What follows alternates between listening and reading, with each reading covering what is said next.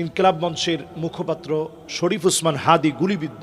বাংলাদেশের জন্য আমি প্রতিদিন দেখছি একটা বিভীষিকাময় সময় কিন্তু আমরা পার করছি। আপনারা অবাক হবেন, ত্রয়োদশ জাতীয় সংসদ নির্বাচনে ঢাকা 8 থেকে 8 আসনের স্বতন্ত্র প্রার্থী এবং ইনকিলাব মঞ্চের মুখপাত্র শরীফ ওসমান হাদি গুলিবিদ্ধ হয়ে এখন ঢাকা মেডিকেলে আছে। আজকে জুমাবার, শুক্রবারের মতো একটা বারে চিন্তা করেন আমরা কত অনিশ্চিত একটা ভবিষ্যতের দিকে হাঁটছি।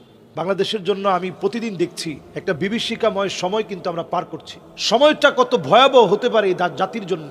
ইস্তিগফাফাম বিদ্দাম, এই হাদিকে গুলি করার অর্থ হচ্ছে কেমন যেন একটা সংঘাত বাড়িয়ে তোলা। তফসিল ঘোষণা করার পরে কে বা কারাই কাজ করছে, যারা বাংলাদেশের প্রতিনিয়ত বাংলাদেশের সুন্দর পরিবেশকে তারা ধ্বংস করতে চায়। নবীজি সাল্লাল্লাহু আলাইহি সাল্লাম আমাদেরকে বারবার সতর্ক করেছেন, একটা দেশের পরিবেশ নষ্ট করার জন্য এমন দু একটা ঘটনা যথেষ্ট। নির্বাচনের তফসিল ঘোষণা করার পর নির্বাচনকে বানচাল করার জন্য এমন দু একটা ঘটনাই যথেষ্ট।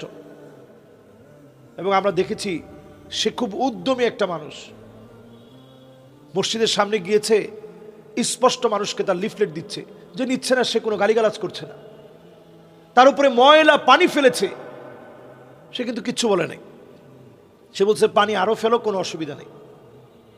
আপনি চিন্তা করতে পারেন, এই তরুণদের কাছে কিন্তু আমরা ঋণী।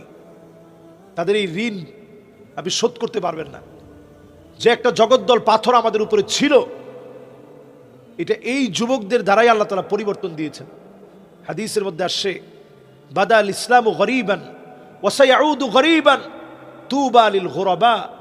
ব্যতিক্রমদেরকে দিয়ে আল্লাহ রাব্বুল আলামিন এই জমিনের উপরে ব্যতিক্রমদেরকে দিয়ে আল্লাহ তাআলা ইসলামের কাজ করান। এই যুবকরা ইসলামের পক্ষে যতটুকুন কাজ করেছে আমরা তাদের কাছে ঋণী। অন্তত তারা এই স্লোগানটুকুন তো দিয়েছে, উই ওয়ান্ট জাস্টিস। আমরা এই জমিনে জাস্টিস কায়েম করতে চাই, ন্যায় ইনসাফের একটা বাংলাদেশ দেখতে চাই।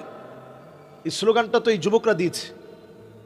সুতরাং অনতি বিলম্বে, এই সময়ও কেন হামলা হয়েছে, এটাকে অবশ্যই তদারকির আওতায় এনে সূক্ষ্ম তদন্ত করে এর বিচার বাংলাদেশে নিশ্চিত করতে হবে, যাতে করে হাদির মতো আর একটা ছেলেকেও, যারা স্বপ্ন নিয়ে বাংলাদেশকে নতুন করে সাজাতে চায়, এই ছেলেদের স্বপ্ন ভাঙতে দেওয়া যাবে না। এজন্য হাদি সহ যারাই এখন নির্বাচনের মাঠে কাজ করছে, প্রত্যেক প্রার্থীর নিরাপত্তা নিশ্চিত করতে হবে। সজাগ সচেতন করার জন্য বলি, রক্তারক্তি কখনো ভালো পথ নিয়ে আসে না।